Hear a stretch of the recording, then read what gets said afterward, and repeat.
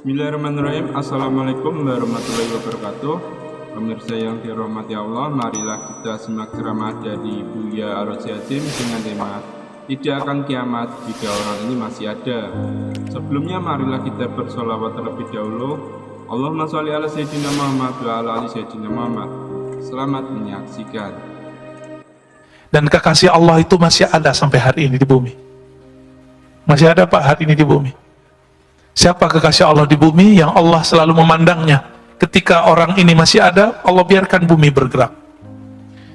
La taqumu sa'ah hatta la yuqalu fil ardi Allah, Allah. Tidak terjadi kiamat kerusakan di muka bumi sampai tidak ada lagi yang mengatakan Allah, Allah. Jadi di Lombok lagi ramai Pak. Teman-teman saya yang ahlu sunnah punya seorang tuan guru yang mengatakan ada seorang wali Allah kasih tugas jaga gunung gitu. Dianggap musyrik oleh seorang yang tidak mengerti bab ini. Oh nggak ada yang diurus, yang ngurusin si gunung itu malaikat. Iya, tapi malaikat itu ngurus karena ada yang lebih utama di situ, yaitu seorang waliullah. Apa dalilnya? Itu hadis Muslim yang saya bacakan barusan. Tidak terjadi kiamat sampai tidak ada yang membaca Allah, Allah. Berarti ada wali Allah di gunung itu yang membaca zikir Allah. Apa kata dia? Oh itu maknanya bukan zikir Allah, Allah. Itu maknanya menghormati hukum Allah. Loh itu namanya penjelasan hadis. Lafaz hadisnya nggak ngomong begitu kok. Kok giliran kayak gini pakai penjelasan pribadi? Ya. Walaupun itu ada dijelaskan Imam Nawawi, tapi kan juga ada penjelasan Imam Sya'rani, Imam Abdul Hasan Syazili, bahwa itu zikir beneran Allah, Allah Pak. Tidak terjadi kiamat sehingga tidak ada yang berkata Allah. Yang berkata itu manusia bukan? Manusia. Berarti yang nahan bumi ini bertahan malaikat atau manusia? Yang jaga bumi ini tetap untuk bertahan lestari malaikat apa manusia? Itu maknanya. Itulah bab al-walayah al-kubra, kewalian besar. Mereka dititipi Allah untuk jaga bumi. Jadi nggak usah khawatir Pak, corona ini mainan Dajjal sama Imam Mahdi. Jadi mereka lagi main perang-perangan ya, tapi perang pra kondisi, pra malhamah kubra. Nanti akan ada satu perperangan besar, barangkali boleh kita sebut perang dunia ketiga. Tapi masanya ya kita nggak tahu lah. Apakah 50 tahun lagi, 30 tahun lagi, 20 tahun lagi, jangan-jangan 10 tahun lagi. Kita nggak tahu, jangan-jangan lebih awal. Karena kita tidak tahu, kita nggak boleh cocok logi dan sok tahu. Oh Ustaz, ciri-cirinya udah cukup. Ya, kecuali antum ahli ilham. Kalau ahli cocok logi nggak boleh ngomong. Ya. Karena ilmu ini bukan ilmu munasabat murni. Bukan ilmu cocok logi. Dia ilmu zauk. Ya. Ada rasa yang Allah turunkan ke dalam kolbu manusia yang berzikir Allah, Allah tadi. Baik. Salah satu cara Allah mengenalkan dirinya kepada hamba, Allah buat suatu skenario, diciptakan satu makhluk lalu si hamba ketakutan. Dan itu ditulis dalam kitab Al-Hikam. Bismillahirrahmanirrahim. Wa bisanadina al-muttasil al-imam al-arif billah ibn Ata'illah Sakandari qadasallahu sirrahu qala mata awhashaka min khalqih fa'alam annahu yuridu an yaftaha laka babal uns bih. Mata awhashaka min khalqih, kapanpun, saat kapanpun dia membuat engkau takut karena makhluknya. Awhashaka, membuat kamu ketakutan, min khalqih, karena satu makhluknya. Saya mau tanya, corona makhluk Allah atau dia diciptakan oleh selain Allah? Allah itu sebutan Tuhan. Orang Arab, orang-orang ahlu kitab menyebutnya Allah. Yahudi menyebutnya Yahu dalam bahasa Arab, dalam bahasa Ibraninya Yahweh. Wahai dia, wahai beliau. Karena Yahudi tidak berani menyebut kata Allah. Tapi Yahudi pengikut Nabiullah Isa menyebutnya dengan El, El lima sabaqtani. El Allah sama. Maka Allahumma itu bukan asli Arab. Itu adalah bahasa Ibrani tua, bahkan Suryaniyah lama yang dulu pernah dipakai Sayyidina Adam sebelum ada bahasa Ibrani dan bahasa Arab. Itu beliau sudah pakai bahasa tua, bahasa Aramaik, namanya bahasa Aram ya. Itu penyebutan aja ya. Setiap kali dia membuat kamu ketakutan karena corona, kira-kira begitu terjemahan hari ininya. Sekarang zaman corona Pak ya, atau dengan virus apapun, atau dengan preman siapapun, atau dengan penguasa yang jahat manapun, atau dengan para teroris manapun gitu. Fa'alam, maka ketahuilah annahu yurid, bahwasannya dia sedang ingin yaftah babal uns, yaftah laka babal uns, membuka bagimu satu pintu ma'rifatullah bernama unsiyah. Apa arti unsiyah? Unsiyah artinya keintiman. Keintiman. Kadang-kadang orang takut dengan corona, tapi ada yang lebih berbahaya, yang lebih menakutkan. Takut karena maksiat, takut karena pernah bermaksiat. Semua kita pernah maksiat nggak Pak? Bener? Mas, semua kita nggak ada yang nggak bermaksiat, maka nggak usah sok suci. Pernah maksiat nggak? Pernah maksiat. Nggak maksiat mata, maksiat telinga. Nggak maksiat telinga, maksiat lisan. Nggak maksiat lisan, maksiat kalbu. Kalaupun kita nggak maksiat secara zahir, kita maksiat dalam batin. Ustadz, saya nggak pernah iri, oke. Saya nggak pernah sombong, oke. Tapi pernah lupa nggak kepada Allah? Semua kita pernah lupa kepada Allah. Itu dosa juga Pak.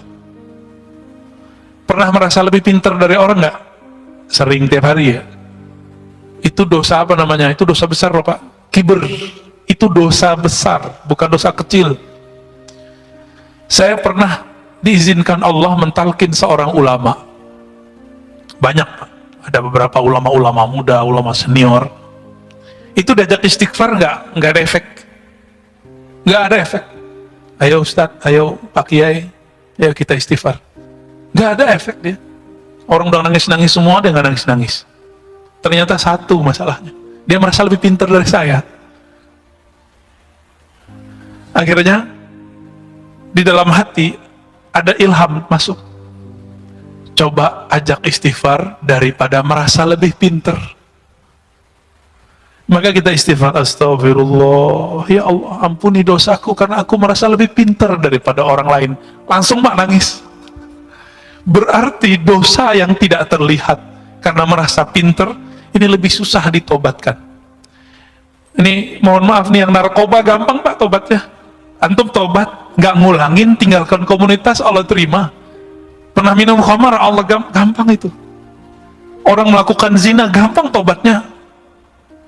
Tapi kalau dosa sombong, susah tobatnya. Antum kalau ada rasa sombong, nggak mau dengerin saya. Maka salah satu ciri-ciri orang sudah tidak sombong, dia mau dengerin orang lain.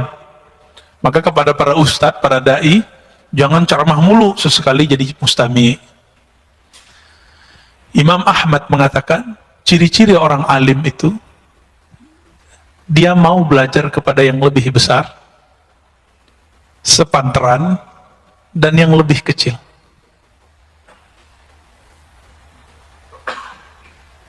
Gimana? Udah pernah belajar sama yang lebih kecil belum? Belum ya? Umurnya, gelarnya, fisiknya, belum ya? Jarang ya? Jarang. Kalau umur sering, tapi kan gelarnya tinggi. Yang umurnya kecil, gelarnya nggak segede kita Pak. Pernahkah kita mau dengerin? Nah, maka kalau para da'i, para ustadz, jangan khutbah mulu tiap bulan. Harus ada satu kali sebulan, dia nggak dengerin khutbah, dia dikhutbahin orang. Nah, syukur-syukur di rumah dikhutbahin bininya ya. Jadi apa yang Allah sedang mau kenalkan kepada kita? Unsiyahnya, keintimannya dengan kita.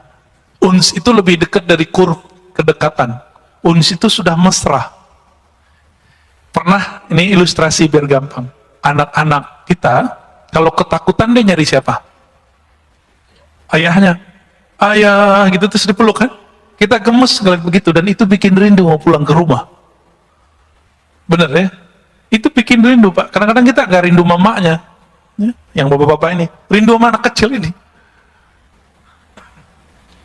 Nah, ini namanya uns. Kemesraan kalau dia seumuran. Keintiman jika dia sudah sangat dekat, ya? Keakraban jika dia sudah sangat akrab. Sudah akrab belum dengan Allah? Allah itu ngomong, wa nahnu aqrabu ilaihi min hablil warid. Kami ini akrab kok dengan kamu. Kan artinya akrab kan bahasa Arab tuh akrab. Kami ini lebih akrab daripada kamu, daripada dirimu sendiri. Hablul warid. Hablul warid itu kan diri kita sendiri. Nggak usah diterjemah harfiah. Maka salah satu nikmat yang Allah berikan saat ini, saat corona ini adalah nikmat unsiyah. Sebelum keluar doa dulu nggak? Biasanya dulu keluar aja kan. Sekarang ya Allah jaga aku dari corona. Kayaknya kecil amat. Emang virus itu cuma corona? Banyak Pak virus selain corona.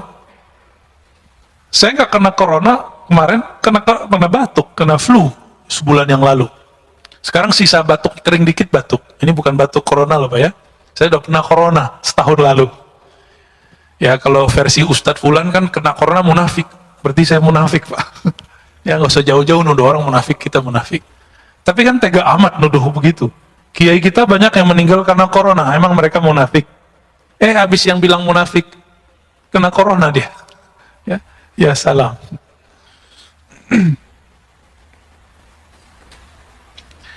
Nah, kita mundur. Khairu awqatika. Sebaik-baik time yang kamu punya, waktu yang kamu punya. Jadi time itu bukan jam. Jadi sekarang 5:32. Bukan itu. Itu namanya jam dinding, Mbak. Jam sholat. Waktu itu adalah satu nafas yang kita tarik, satu nafas yang kita keluarkan. Itu yang disebut waktu. Berarti waktu kita sebenarnya lebih berharga daripada cuma 1 detik, 2 detik itu. Apa kata beliau? Waktu kamu bernafas, yang paling bagus adalah waktun tashhadu fihi wujuda faqatik. Saat-saat jika engkau melihat engkau lagi butuh kepada Allah Subhanahu wa taala. Engkau memerlukan perhatian penjagaan Allah Subhanahu wa taala. Sebelum keluar rumah, berdoa, ya Allah, jagalah saya. Allah itu senang tuh sama orang yang begitu. Dan itu waktu-waktu paling indah. Bapak sholat 100 rakaat, tapi nggak ada rasa memerlukan perhatian Allah, membutuhkan bantuan Allah. Itu lebih baik doa yang tadi, Pak. Itulah alasannya kenapa doa musafir lebih utama daripada doa-doa orang biasa. Karena orang musafir ini dia takut mati. Saya pernah kasih contoh beberapa tahun lalu, di sini juga. Awal-awal naik pesawat, dari awal naik sampai turun, zikir nggak putus-putus kan? Naik kedua, setengah putus. Naik ketiga, lupa, malah nonton, main handphone. Benar ya? Kenapa? Karena kita sudah terlalu biasa. Jadi manusia begitu. Nah, doa-doa yang dulu kita baca saat kita ketakutan naik pesawat, itu doa pasti sudah dikabulkan Allah 70%. Saya sudah hitung, Pak, doa-doa yang saya baca saat itu Allah udah kasih hampir semua. Tapi pas kita naik pesawat sekarang biasa aja. Ya, rasa takut muncul lagi pas turbulen. Jadi kita ini takutnya tidak pernah permanen. Takutnya selalu bi'asbab, bil awarid. Dengan sebab-sebab luar, belum permanen. Kenapa? Nama Allah belum nancap di dalam kolbu. Jadi kita takutnya kepada Allah masih karena faktor-faktor dari luar, belum karena kenal kepada Allah. Orang ini belum disebut arif billah, belum disebut kenal kepada Allah, ya. Baru disebut takwa, dia takut kepada Allah. Jadi waktu kamu terbaik, waktu kita terbaik yang Allah lihat, di saat kolbu ini merasa butuh kepada ampunan Allah, bantuan Allah, wa turaddu fihi ila wujudi dhillatik. Dan waktu kedua, waktu saat engkau merasa tercampakkan di tempat yang hina. Itulah sebabnya orang yang maksiat merasa hina, Allah lebih sayang daripada orang yang taat merasa suci. Jadi saya katakan, wahai diri yang pernah bermaksiat, jangan putus asa kepada Allah. Tapi jangan-jangan itulah saat Allah suka melihat kamu. Beberapa orang nggak pernah maksiat secara zahir, matanya lu jaga, tangannya dijaga, semua dijaga. Kalau ngelihat ada orang berdua-dua, dia bilang, ih najis, setan, tengahnya ada setan. Kan hadis begitu. Kalau berdua, ketiganya setan. Ada yang buka aurat dikit, ahli neraka. Jadi panitia neraka dia, Pak. Kan dia sudah punya daftar ahli neraka, ahli neraka, ahli neraka. Maka Islam yang dia kenal, Islam neraka. Ini orang begini ini berbahaya, sangat-sangat berbahaya. Mungkin dia korban pendidikan neraka. Ya. Dulu waktu kecilnya orang tuanya bilang sholat, kalau nggak sholat neraka. Nah, digituin dulu kali sama orang tuanya. Ini jangan-jangan nih orang tuanya begini-gini nih. Ini antum horor-horor nih wajahnya. Kalau udah ngaji, kamu nggak gitu lagi ngajar anak.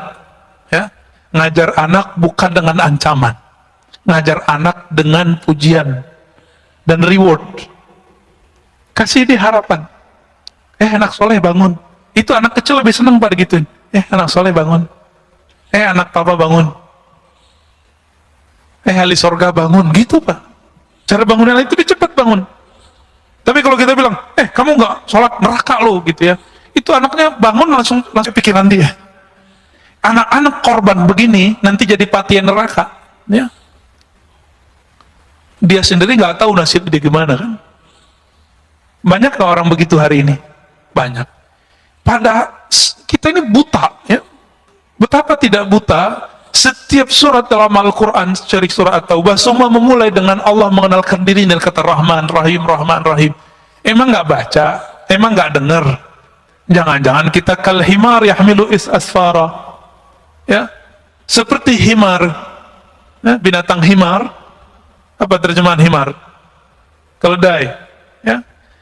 Yang dia memikul kitab-kitab, tapi dia nggak tahu apa yang dia pikul. Jangan-jangan begitu. Baca Quran makanya, ini mohon maaf loh Pak ya, ini ngajinya agak beda. Saya itu nggak ngajak orang khataman Quran banyak-banyak, seperti Imam Syafi'i. Kan kalau Imam Syafi'i baca Quran ngerti, maka beliau emang afdolnya baca Quran banyak-banyak. Selama 4 tahun di Mesir, beliau khatam 4.000 kali. Itu setahun 1.000. Coba bagi sebulan berapa kali itu? Antum hitung sendiri ya. Capean ngitungnya. Ini dari kemarin, dari kecil sampai sekarang, kalau kita hitung-hitung khataman, kita nggak nyampe, Pak. Kita didoktrin kurang sempurna. Doktrinnya sudah oke, tapi kurang sempurna. Habis baca Quran, belajar Quran, khataman berhenti ngaji Quran. Seharusnya langsung masuk ke ngaji makna Quran. Dulu, waktu saya masih MTSN, SMP, selesai khataman, saya belajar ke kampung di seberang, jadi kita ada 20 menit ke sana. Saya ketemu seorang buya, seorang ulama, dia ngajarin terjemahan Quran.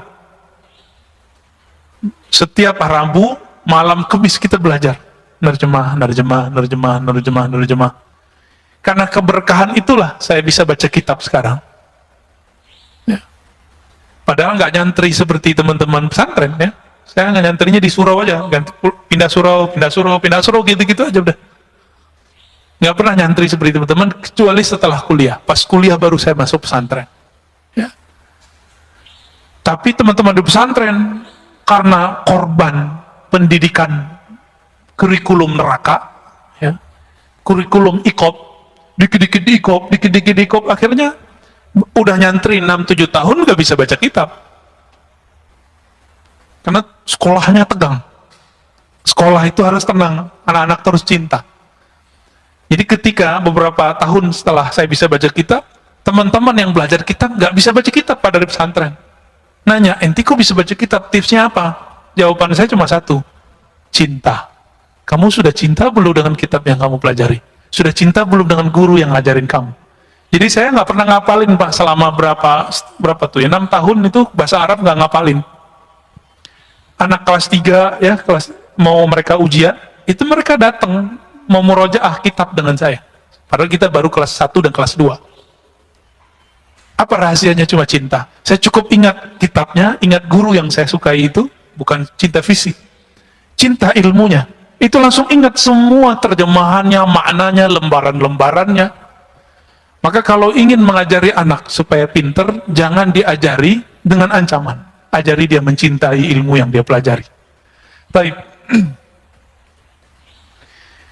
Jadi kapan saat-saat yang paling Allah suka? Bukan saat kita puasa 1000 kali, puasa 1000 hari, sholat 1000 rakaat, enggak.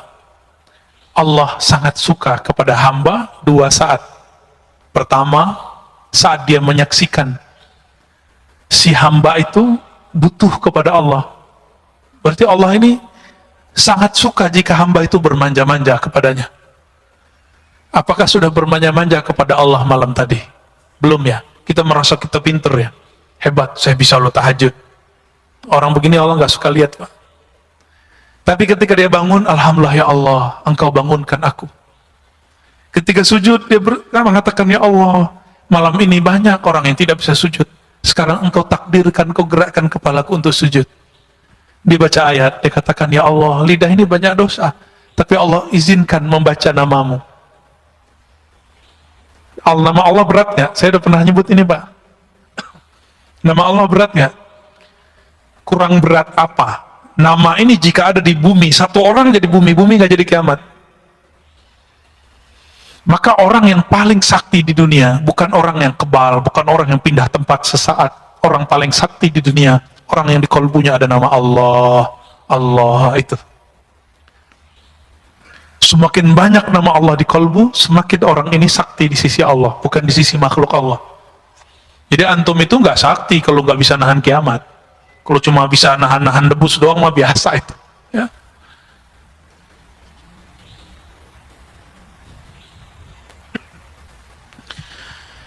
Lalu apa gelaran orang? Gelar orang yang merasakan 2 hal ini.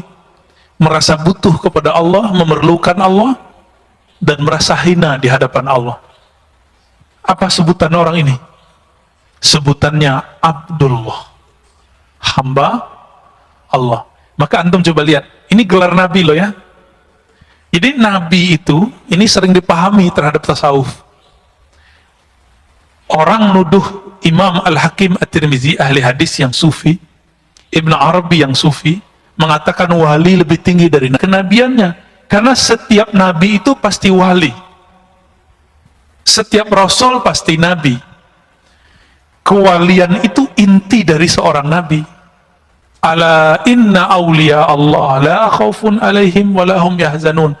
Ketahuilah sungguhnya wali-wali Allah. Apa arti wali Allah? Kekasih. Maka kewalian itu artinya kekasih. Bab cintanya seorang wali itu lebih tinggi daripada bab nubuatnya, gitu maksudnya. Bukan berarti seorang wali yang bukan nabi lebih tinggi daripada seorang nabi. Itu keliru besar. Nggak ada begitu di kitab Fususul Hikam. Imam Ibn Arabi tidak pernah mengatakan itu. Tanda orang yang menuduh Ibn Arabi mengatakan nabi lebih mulia, wali lebih mulia daripada nabi, dia tidak khatam satu kitab tipis, separuh kitab ini, Pak, kitabnya Fususul Hikam judulnya. Kitab tipis saja nggak khatam, gimana kitab yang 9 jilid Al-Futuhat Al-Makkiyah? Terus nuduh. Jadi betapa banyak hari ini orang-orang yang sudah alim dan satu ilmu, tapi dia bodoh dalam ilmu lain, lalu dia tolak ilmu itu. Dan itu sudah ada sejak zaman dahulu. Maka kemarin kita ngaji dengan beberapa komunitas teman-teman kita, ngaji kitab, judulnya Risalah Al-Laduniyah, karya Al-Imam Hujjatul Islam Abu Hamid Al-Ghazali. Beliau menceritakan latar belakang menulis kitab Risalah Laduniyah itu. Apa kata beliau? Ada teman saya datang melaporkan lawan debatnya yang mengatakan ilmu itu cuma ilmu yang tertulis di kitab, yang nggak tertulis di kitab yang kita pahami sekarang berarti nggak ada, ilmu ngada-ngada gitu. Maka belum nulis kitab Ar-Risalah Al-Laduniyah. Ini saya mau nanya, Pak, ilmu itu yang di kitab ini atau yang dalam hati saya? Maka kitabnya antum bawa, antum langsung berilmu nggak? Seandainya ilmu itu di kitab, coba bawa kitab ini, antum langsung berilmu. Enggak, ilmu enggak di sini. Ilmu itu ada di dada seorang yang berilmu. Coba, kalau yang pakai levis itu ustadz lagi mau khutbah, kira-kira diturunin orang nggak, Pak? Panitia langsung turun tangan. Lu ustadz beneran. Gituin paling ya. Temen saya hafiz Quran, cuma dia levis mulu, Pak, nggak pakai kopiah. Ada jadwal, dia jadi imam. Pengurus bilang, imam kok begini? Emang saya begini, katanya. Ya udah, ente nggak usah jadi imam. Marah juga tuh panitianya. Karena konsep orang awam, imam itu pakaiannya khas. Ya begitu, harus ya kayak gini lah ya. Pakai jubah luar, pakai gamis, pakai baju koko. Padahal baju koko mah bajunya Ahok tuh ya. Koko sama Ahok sama nggak tuh? Sama, Pak. Koko kan kakak, bahasanya orang Chinese ya. Baik. Di Quran ya banyak sekali ayat yang menyebutkan kata hamba sebagai makom tinggi para nabi. Ayat yang paling sering kita hafal musim Isra Mi'raj. Subhanalladzi asra bi 'abdihi laila. Maha suci, maha hebat Allah yang memperjalankan hambanya. Terus Nabi Ibrahim, wazkur ibadana Ibrahima. Maka ingatlah hamba kami yang bernama siapa? Ibrahim, ya. Wazkur abdana Dawud, ya. Ingatlah hamba kami Daud, Ishak, Yakub, Ayub, itu disebut gelarnya abd. Begitu ya dalam surat 38 mulai dari ayat 17, 45 dan itu berulang-ulang. Ingatlah hamba kami, ingatlah hamba kami. Maka diterjemahkan dalam bahasa hikam, sebaik-baik waktu kamu adalah saat kamu jadi hambanya. Itu terjemahan bebasnya. Ya. Baik. Gimana Pak Mirwan, udah sehat? Kena COVID, Pak? Munafik dong. Kata orang sebelah, Pak, kalau kena COVID munafik. Kalau saya dituduh gitu nggak marah, Pak. Emang saya munafik.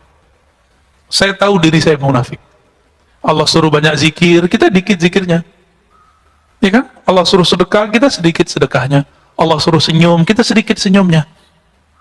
Benar nggak kita munafik? Oh, kalau mereka orang suci, Pak, mereka nggak perlu ya. Tapi kalau datang COVID langsung habis deh.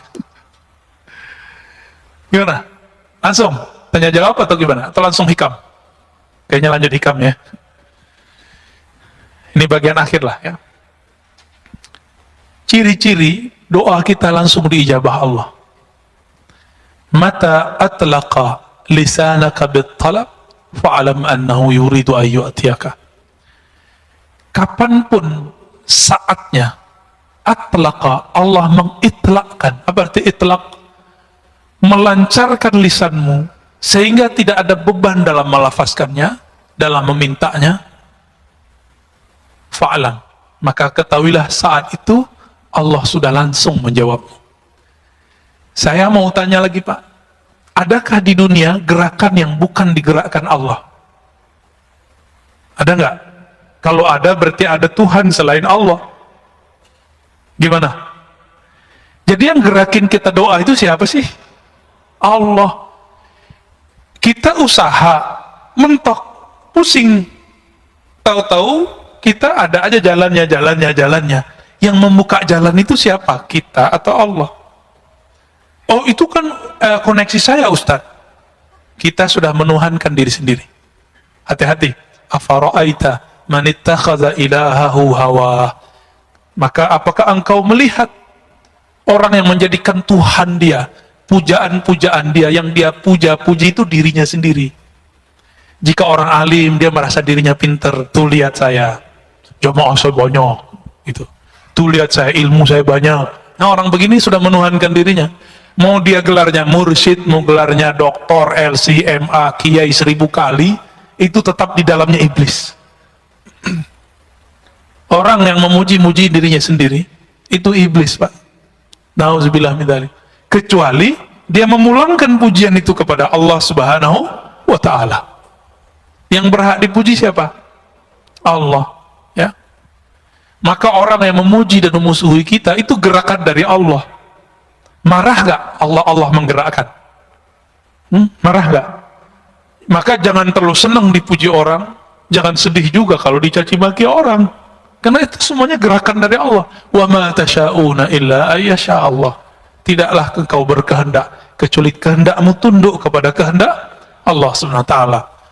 Ada seorang anak muda, belagunya bukan main ngomong kepada saya, ya. Kita ngaji hikam, dia seorang marketing. Dia bilang, Ustadz tuh nggak ngerti ilmu marketing. Oh ya, terus gimana? Marketing itu kita harus campaign, iklan, bla bla bla bla, segala macam dia ngomong. Setengah jam dia ngaji hikam Pak jadinya. Hikam ala dia. Oh gitu ya, saya yain aja. Ya. Karena orangnya udah nggak bisa masuk, jadi udah defense. Ya. Sekali doang ikut kajian kita udah nggak mau ikut lagi. Kita ngasih rahasia rezeki biar dia nggak terlalu nafsu, terobsesi. Ntar kalau dia terobsesi tinggi, merasa ilmu marketingnya yang bikin laku, gagal Pak, stres. Makanya banyak orang marketing tuh stres. Tiap hari itu lebih stres dari tukang cangkul Pak. Orang nyangkul di sawah, pulang-pulang capek, tidur. Orang marketing udah jam 1 malam masih mikirin besok mau ngapain gitu. Nggak keringetan, malah kerja di bawah AC. Tapi pikirannya tertekan terus ya. Gimana? Pakai kecerdasan dia. Sahabat saya jadi fundraiser di salah satu lembaga zakat terkenal di Indonesia. Orang tamatan kuliah dakwah Pak. Nggak ngerti ilmu marketing versi ilmu marketing konservatif sekuler. Konvensional lah istilahnya ya. Karena sekarang ada istilahnya bank hukum positif, bank konvensional gitu ya. Dia nggak punya tuh ilmu begitu. Tapi ketika dia jadi direktur fundraising, kenaikan fundraising itu melewati direktur-direktur sebelumnya yang ahli manajemen dan ahli marketing. Saya candain, Pak, ente pegangannya apa gitu? Ente pakai pelet ya gitu? Candain ya Pak? Enggak, saya cuma pakai roti bulhadar, roti bulatos aja Ustaz gitu. Maksud roti bulhadar, roti bulatos isinya apa roti bulhadar, roti bulatos? Yang kita baca tadi, saat-saat dia merasa butuh memerlukan campur tangan Allah. Itulah marketing paling hebat Pak. Bapak kalau nggak percaya datang ke Majestic, ya. Ini ada sahabat saya di situ, dia punya butik dan batik ya, terus punya food court. Saya tanya, kamu pakai online nggak? Jauh sebelum zaman online begini nih. Enggak Ustaz, saya online ilallah katanya. Loh maksudnya gimana tuh Mas? Gitu. Saya itu Ustaz punya karyawan 40-an orang. Kami semuanya menghidupkan channel sholat duha katanya. Terus kalau kami doa, orang kan doa, jika ya Allah jika rezeki kami di langit turunkanlah, di bumi keluarkanlah, jika jauh dekatkanlah, kan begitu. Kalau kami lebih eksplisit Ustaz, jika di langit ya Allah turunkan ke toko kami. Sebutin Pak tokonya. Jika di bumi maka keluarkanlah antar ke toko kami. Yang minta sehari itu jadi mereka sip-sipan sholat duhanya. Gantian. Jadi mulai dari jam 8 sampai jam 11 nggak berhenti tuh orang sholat duha. Mirip-mirip seperti ahbab tabligh, kalau mau jauh lah ada ahli zikir jadi pojok masjid. Serius Pak, sama. Lah ini marketing langit ini. Bisa begitu, dan ada aja yang datang. Dia beli batik 80 juta Pak, kain doang udah robek dikit tuh, dibeli 80 juta. Kata istrinya, ente bahlul juga ya, ngapain dibeli begini-ginian gitu, kira-kira terjemahan bahasa aneh loh ya, bukan bahasa beliau. Tahu-tahu udah lama dia nggak minat mau dijual, tapi feelingnya ini sudah ada sahibnya nih yang bakal jadi tuan ini. Ternyata tiba-tiba ada orang Chinese datang, dia lagi nyari batik-batik lama yang dulu apa istilahnya ya, ditulis oleh moyang-moyangnya dulu. Ketemu berdesir, ditawar Pak 2 kali lipat, dilepas. Tadi 80 sekarang jadi 160 ya, kurang-kurangan dikit lah. Kenapa? Online ilallah. Orang nggak mau mikirin yang begini. Cuma 3 tahun kebeli sekian toko dia. Di depannya orang jualan udah 20 tahun begitu-gitu aja. Pasti pakai gerobak. Kita nggak ngeremahin siapa-siapa Pak. Ini berbicara marketing langit. Ya, yaitu inilah ilmu pengasihan tertinggi. Ilmu jalbur rizq. Apa jalbur rizq? Kan orang-orang usaha ini nyari-nyari itu kemana-mana. Antum gak usah kemana-mana, nyarinya ada di kamar kita, ada di atas sajadah kita. Jadi yang usaha, nih, gak usah ijazah-ijazahan antum, gak usah datang ke kiai mana. Kiainya gak musyrik, antumnya yang musyrik.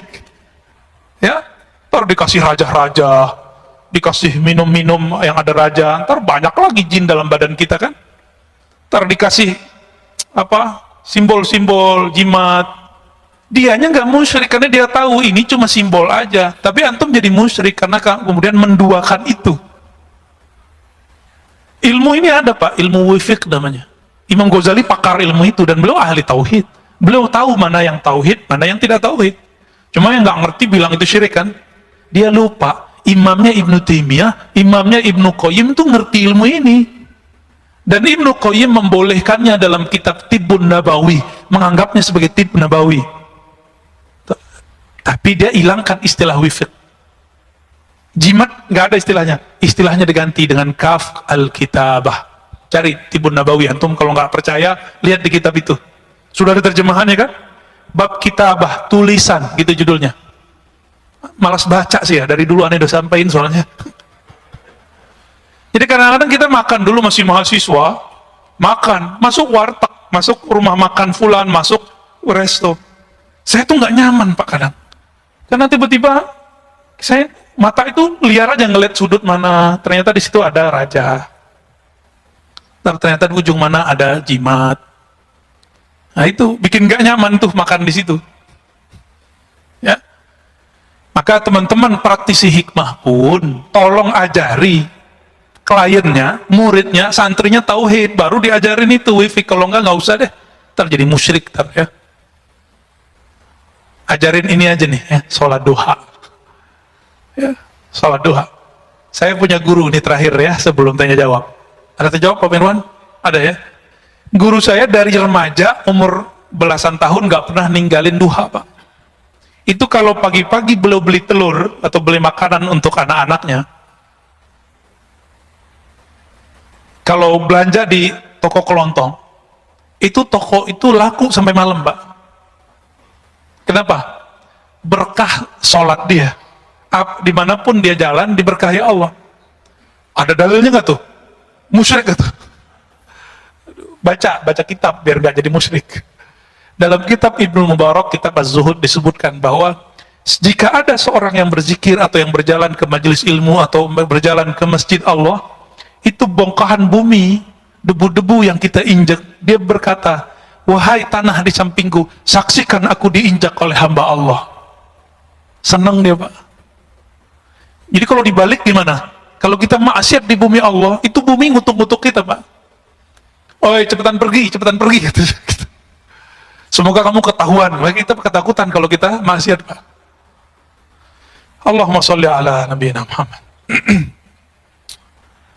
Di dalam Al-Quran surat Ali Imran sebagai ayat pamungkas daripada hikam ini, Allah Subhanahu wa taala berfirman, "Wa laqad nasarakumullah bi Badrin wa antum adillah." Sungguh Allah telah membantu kalian bi Badrin saat perang Badar. Pakai bi Pak, bukan pakai fi.